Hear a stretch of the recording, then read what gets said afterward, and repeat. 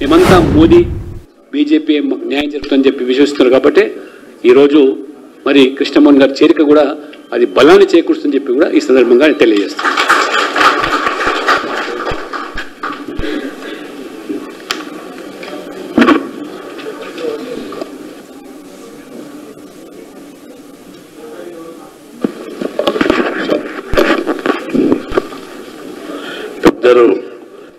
కార్యక్రమానికి అధ్యక్షించినటువంటి బీజేపీ రాష్ట్ర అధ్యక్షుడు రామచంద్రరావు గారికి, పెద్దలు గౌరవనీయులు డాక్టర్ లక్ష్మణ్ గారికి, అదేవిధంగా వేదిక పైన ఉన్న సీనియర్ నాయకులందరికీ, అదేవిధంగా ఈరోజు బీజేపీ సిద్ధాంతాలకు బీజేపీ కార్యక్రమం మరి వేల కోట్ల అవినీతి జరిగిందో ఆ రోజు మేము స్పష్టం చేస్తే ఇదే పిసిసి అధ్యక్షులుగా ఉన్న రేవంత్ రెడ్డి గారు కూడా ఎన్నికల సమయంలో కూడా మొత్తం కాళేశ్వరం ప్రాజెక్టు పేరు మీద బీఆర్ఎస్ దోచుకుంది, కేసీఆర్ కుటుంబం అవినీతికి పాల్పడ్డది, మేము అధికారంలోకి వస్తే పూర్తి ఆధారాలతో సహా 6 నెలల్లోనే దీన్ని నిగ్గు తెలుస్తాం, మెక్కిందంతా కూడా కక్కిస్తాం, 1 రూపాయి కూడా వదలమని చెప్పినటువంటి పిసిసి అధ్యక్షుడు రేవంత్ రెడ్డి గారు ఆనాడే సిబిఐ ద్వారా దర్యాప్తు చేయించి వాస్తవాలన్నీ కూడా వెలుగులోకి తీసుకొచ్చి మొత్తం దోచుకున్నటువంటి దానిని మేము కక్కించి తెలంగాణకు మరి న్యాయం చేస్తామని చెప్పింది రేవంత్ రెడ్డి గారు. ఎందుకు మరి మాట మార్చారో ఎన్నికైన తర్వాత ప్రభుత్వం అధికారులకు వచ్చిన తర్వాత మీనమేషాలు లెక్కబెట్టి 6 మాసాల్లో నిగ్గు తేల్చి మెక్కింది కక్కిస్తామని చెప్పిన రేవంత్ రెడ్డి గారు జరిగినటువంటి భాగోతం ఏమిటి, అధిష్టానం యొక్క ఒత్తిడికి లొంగి బీఆర్ఎస్తో లోపాయికారి ఒప్పందం చేసుకున్నారా, చీకటి ఒప్పందంలో భాగంగా కాలయాపన కోసము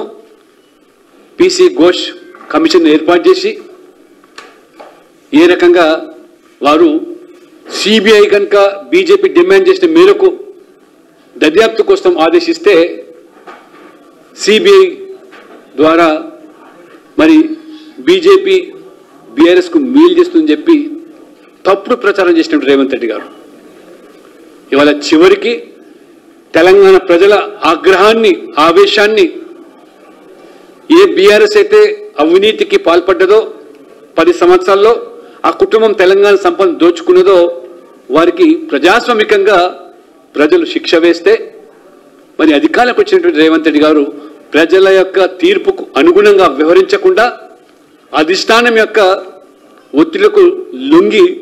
బీఆర్ఎస్తో చేసుకున్నటువంటి లోపాయికారి ఒప్పందమా, చీకటి ఒప్పందమా, రహస్య ఎజెండా నిన్న చివరికి విధి లేని పరిస్థితుల్లో వారు సిబిఐకి ఆదేశం ఇవ్వడం. కాబట్టి ఇప్పటికైనా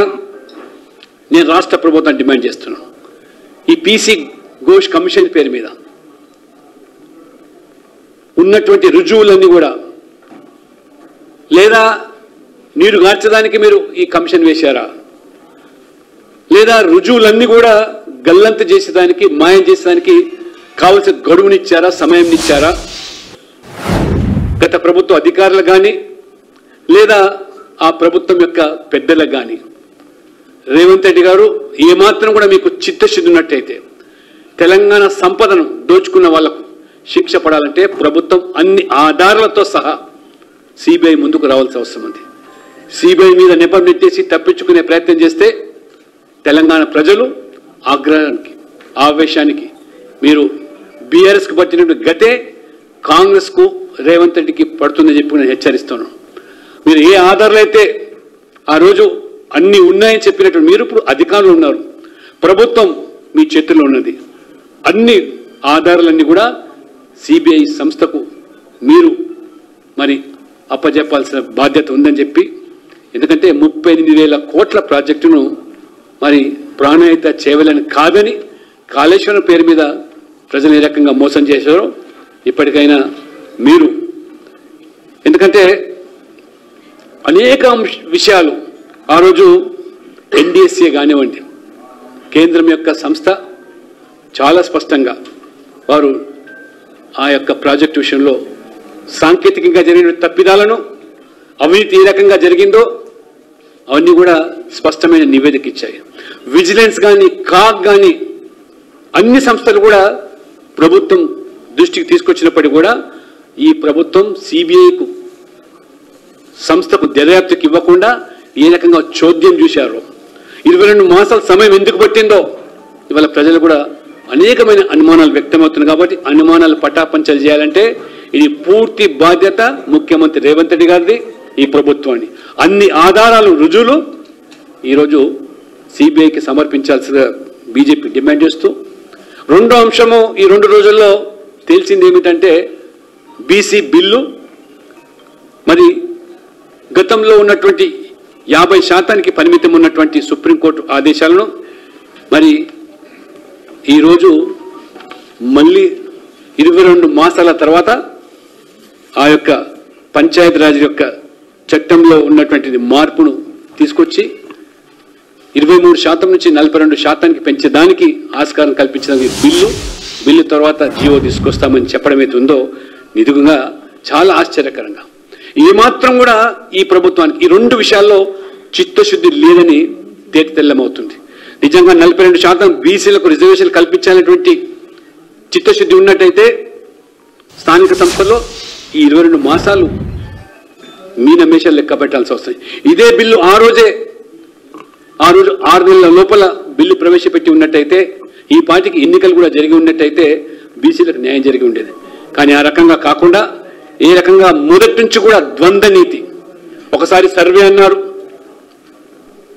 రెండోసారి డెడికేటెడ్ కమిషన్ మరి బూసా వెంకటేశ్వర ద్వారా శాస్త్రీయంగా పూర్తిగా సాంకేతికంగా జరుపుతామని చెప్పి ఈ రకంగా ఆ బూసా వెంకటేశ్వర కమిషన్ కేవలం కార్యాలయానికి పరిమితం చేసి క్షేత్రస్థాయిలో ఎక్కడ పర్యటన చేయకుండా ఏ రకమైన సర్వే జరిపారో ఆ రకంగా మీరు జాప్యం చేయడానికి తాపత్రయపడుతూ ఏమాత్రం కూడా మీకు చిత్తశుద్ధి లేదు. కాబట్టి ఒకసారేమో మరి ఆర్డినెన్స్ అన్నారు, మళ్ళీ ఢిల్లీ వెళ్ళి జంతర్ మంతర్ దగ్గర ముఖ్యమంత్రి ధర్నా చేశాడు. చివరికి ఈరోజు ఈ న్యాయపరమైన చిక్కులు అవరోధాలు అధిగమించడానికి ఏమి చర్యలు తీసుకున్నారో అది ఎక్కడ కూడా స్పష్టత ఇవ్వలేదు. పూర్తి బాధ్యత రేవంత్ రెడ్డి గారిది, ఈ ప్రభుత్వాన్ని. 42% ఖచ్చితంగా జరగబోయే స్థానిక సంస్థల్లో రిజర్వేషన్ ఇచ్చి తీరాల్సిందే. ఎన్నికల ముందు ఏ మేరకు మీరు హామీ ఇచ్చి యావత్తు బీసీల ఓట్లను మీరు పొందుకున్నారో మరి ఈరోజు ఏదో నెపంతో దాన్ని దాటవేసే కుట్రలు పడితే యావత్తు బీసీ సమాజం అంతా కూడా మీకు కర్రు కాల్చి వాత పెడతారని చెప్పి నేను హెచ్చరిస్తా ఉన్నాను. ఇవాళ మీరు సర్వే పేరు మీద ఎవరికి మేలు చేయడానికి ఇవాళ సర్వే చేశారు అంటే ముస్లింల కోసమా బీసీల కోసమా అని చెప్పి ఇవాళ బీసీలు ప్రశ్నిస్తూ ఉన్నారు. ఇవాళ నిజంగా మీకు చిత్తశుద్ధి ఉన్నట్టయితే 12% ఉన్న ముస్లింలకు